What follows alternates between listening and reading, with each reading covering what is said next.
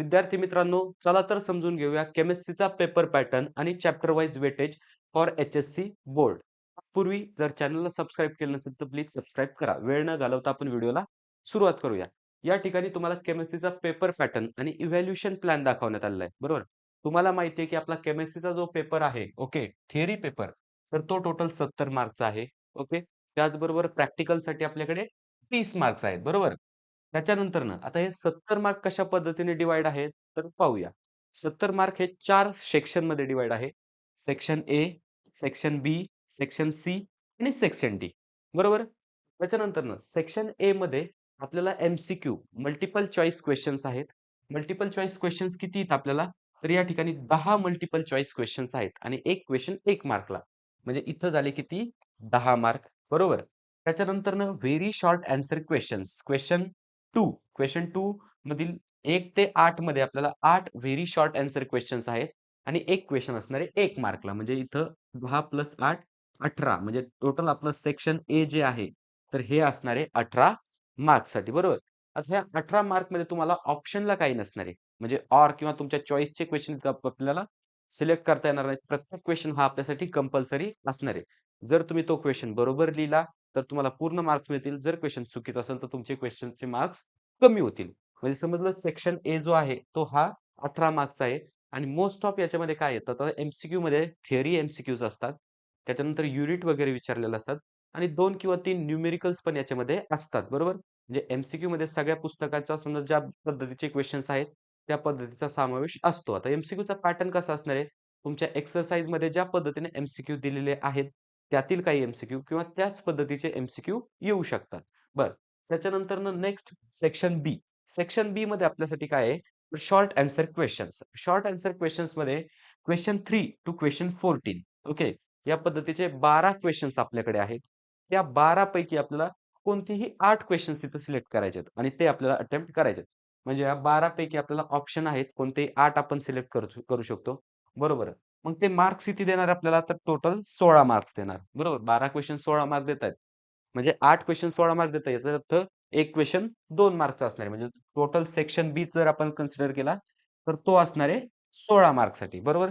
हा सुद्धा सेक्शन खूप ईझी आहे. याच्यामध्ये डेफिनिशन असतील, डिस्टिंग्विश पण दिले जाऊ शकतात किंवा डायग्राम्स पण विचारले जाऊ शकतात किंवा तुम्हाला न्यूमेरिकल्स पण दिले जाऊ शकतात. आता तुम्हाला ॲक्चुअल जर पॅटर्न पाहायचा असेल, तर मागच्या 1-2 वर्षाचा तुम्ही क्वेशन पेपर ॲनलाईज करा.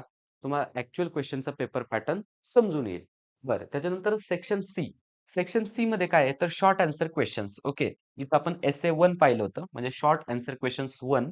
त्याच्यानंतर एसे 2 शॉर्ट आन्सर क्वेशन्स 2. याच्यामध्ये आपल्याला किती क्वेशन आहेत? टोटल याच्यामध्ये आपल्याला 12 क्वेशन्स आहेत. बरं. फक्त याच्यामध्ये चेंज काय आहे? तर एक क्वेशन हा 3 मार्कला आहे. बरोबर. अगोदर आपण सेक्शन बी मध्ये पाहिलं होतं. एक क्वेशन किती मार्कला आहे आपल्याला? 2 मार्कला. तर सेक्शन सी मध्ये आपल्याला एक क्वेशन 3 मार्कला आहे. अशा पद्धतीने आपल्याला इथं टोटल 8 क्वेशन्स अटेम्प्ट करायचे आहेत out of 12.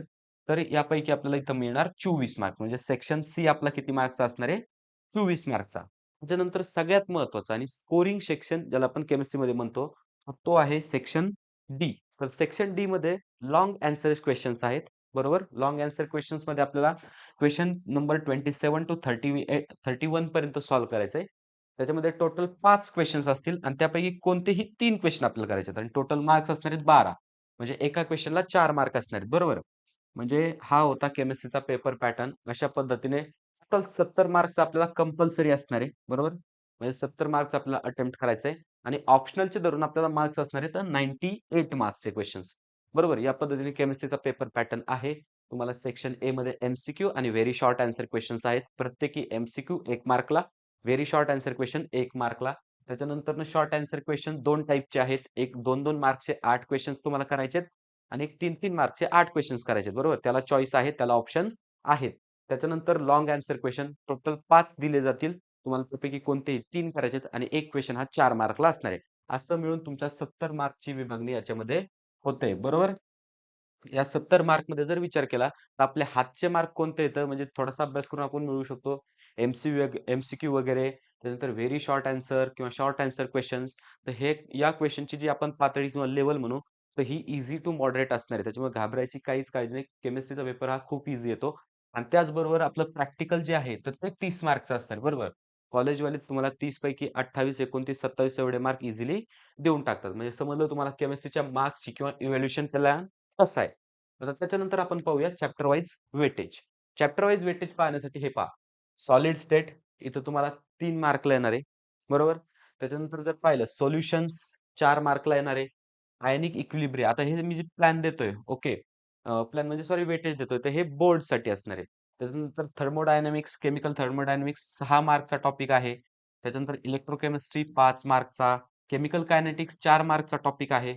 Elements of group 16, 17 and 18 6 mark. त्याच्यानंतर ट्रान्झिशन आणि इनर ट्रान्झिशन एलिमेंट्स 6 मार्क. त्याच्यानंतर कोऑर्डिनेशन कंपाऊंड्स 5 मार्कचा टॉपिक असणार आहे. त्याच्यानंतर हॅलोजन डेरिव्हेटिव्हज 5 मार्क. त्यानंतर अल्कोहोल, फिनॉल्स अँड इथर्स हा 4 मार्कचा टॉपिक असणार आहे.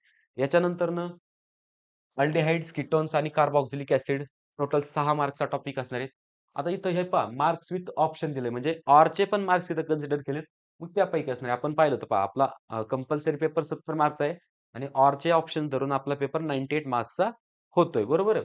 म्हणजे या पद्धतीने तसं दिलेलं आहे तुम्हाला. त्याच्यानंतर अमाइन्स हा 3 मार्कचा आहे. बायोमॉलिक्युल्स हा 3 मार्कचा आहे. इंट्रोडक्शन टू पॉलिमर केमिस्ट्री 3 मार्कचा आहे.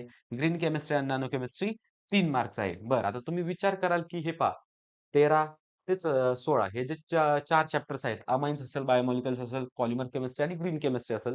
तर यांचं वेटेज खूप कमी आहे. ॲज कंपॅरेटिव्हली जर आपण इकडे पाहिलं, केमिकल थर्मोडायनामिक्स, इलेक्ट्रोकेमिस्ट्री जर आपण पाहिलं, त्याच्यानंतर इथले आपण ग्रुप 16, 17 आणि 18 जर पाहिले, transition and inner transition elements पाहिले, तर यांचं वेटेज खूप जास्त आहे.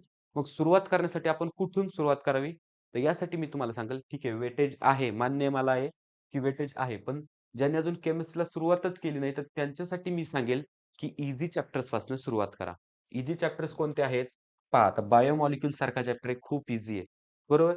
त्याच्यानंतर पॉलिमर केमिस्ट्री पण एक खूप ईझी चॅप्टर आहे आणि ग्रीन केमिस्ट्री सुद्धा एक खूप ईझी चॅप्टर आहे. ठीक आहे. थोडासा इथं तुम्हाला वेळ लागेल किंवा तुम्हाला असं वाटेल, की हा ईझी चॅप्टर आहे, याचा वेटेज कमी आहे, मग मी याच्यासाठी काय इतकं करू? पहा मित्रांनो, तिन्हींचं मिळून 9 मार्क्सचं वेटेज होतंय. ठीक आहे, ठीक वेटेज आहे. पण तुमचा कॉन्फिडन्स इन्क्रीज होईल जर तुम्ही व्यवस्थित चॅप्टर कव्हर करत गेले तर. बरोबर? म्हणजे अभ्यास कसा करायचा आहे हे तुम्हाला समजेल. बरं हे चॅप्टर्स झाल्यानंतर कोणते चॅप्टर्स करायचे तुम्हाला? तर या ठिकाणी पहा एलिमेंट्स ऑफ ग्रुप 16, 17, 18 6 मार्कचा टॉपिक आहे. हा तुम्हाला करायचा आहे. Transition and inner transition elements 6 मार्कचा टॉपिक आहे. हा तुम्हाला करायचा आहे. म्हणजे तुम्हाला जे सोपे चॅप्टर्स वाटतात किंवा थिअरॉटिकल चॅप्टर्स वाटतात ते अगोदर करा. त्याच्यानंतर न्यूमेरिकल्सचे चॅप्टर्स जे आहेत, सॉलिड स्टेट असेल, सोल्युशन्स असतील, ओके. तर या पद्धतीचे तुम्ही चॅप्टर्स करू शकता. तुम्ही डायरेक्टली जर सॉलिड स्टेट सोल्युशन किंवा थर्मोडायनामिक्सकडे गेले, तुमचा कॉन्फिडन्स कमी होईल किंवा तुम्हाला असं वाटेल की आपल्याला काहीच येत नाहीये. बरोबर? मग त्यासाठी माझं सांगणं तुम्हाला एकच असेल की ईझी चॅप्टर्स आधी पकडा. बरोबर? कोणते? बायोमॉलिक्युल्स, अमाईन्स पण ईझी चॅप्टर आहे. हां, सगळ्यात ईझी अल्डिहाइड्स, कीटोन आणि कार्बोक्सिलिक ॲसिड हा पण ईझी चॅप्टर आहे. त्याच्यानंतर जर अजून आपण पाहिलं तर अल्कोहल, फिनॉल्स, इथर्स सेम या चॅप्टर सारखं आहे फक्त तिथं तुम्हाला चेंजेस कशामध्ये तर कंपाउंड्समध्ये चेंजेस आहेत. तर ईझी चॅप्टर्स आधी तुम्ही घ्या. बरोबर? अभ्यास करत असताना काय करायचं तुम्हाला? एक कन्सेप्ट वाईज जायचंय किंवा टेक्स्ट बुकला आपल्याला एक फर्स्ट प्रायोरिटी आपल्याला टेक्स्ट बुकला द्यायची. व्यवस्थित टेक्स्ट बुक जर केलं, ओके किंवा पी-वाय-क्यू जर पाहिले थोडेसे कशा पद्धतीने क्वेश्चन येतात. असं नाही डायरेक्टली तुम्ही पी-वाय-क्यूवर रिलाय होऊ नका. बरोबर. डायरेक्टली पी-वाय-क्यूवर आपल्याला अवलंबून राहायचं नाही. कारण पी-वाय-क्यू ठीक आहे. त्या कन्सेप्टवर एखाद्या पॉइंटवर पी-वाय-क्यू विचारला जाऊ शकतो. बरोबर आहे. आणि नेक्स्ट इयरला त्या पॉइंटवर सोडून दुसऱ्या पॉइंटवर विचारला जातो. पण मेन जी कन्सेप्ट आहे तीच जर केली असेल तर कोणताही पी-वाय-क्यू येऊ द्या किंवा कोणताही क्वेश्चन येऊ द्या, आपण तो इझिली अटेम्प्ट करू शकतो. बरोबर आहे. त्याच्यामुळे पी-वाय-क्यू जर तुम्ही केले तर तुमचा एक लिमिटेड स्कोपपर्यंत अभ्यास होईल. पण जर कन्सेप्टच तुमची परफेक्ट असेल तर कोणताही प्रश्न जरी आला तरी तुम्हाला त्या कन्सेप्टवर किंवा त्या क्वेशनचा आन्सर लिहिता येईल. त्याच्यामुळे मी तुम्हाला सांगतो, अभ्यास सुरू करा. जर सुरू केला नसेल तर या पद्धतीने तुम्ही सुरू करा. त्याचबरोबर कशा पद्धतीने करायचं आहे, तर डायरेक्टली आपल्याला पी-वाय-क्यूजकडे जायचं नाही. आपल्याला व्यवस्थित एकदा कन्सेप्ट समजून घ्यायची आहे. ओके. या पद्धतीने तुम्हाला अभ्यास करायचा आहे. हा व्हिडिओ जर तुम्हाला आवडला असेल, तर व्हिडिओला लाईक करा. ओके. त्याच्यानंतर हा व्हिडिओ तुमच्या मित्र शेअर करा. आणि महत्त्वाचं म्हणजे चॅनलवर जर नवीन असाल, पहिल्या वेळेस हा व्हिडिओ पाहत असाल किंवा अजूनही सबस्क्राईब केलं नसेल, तर कृपया आपल्या चॅनलला सबस्क्राईब करा. तर ठीक आहे मित्रांनो, भेटूया नेक्स्ट व्हिडिओमध्ये अशाच एका इन्फॉर्मेटिव्ह टॉपिकसोबत.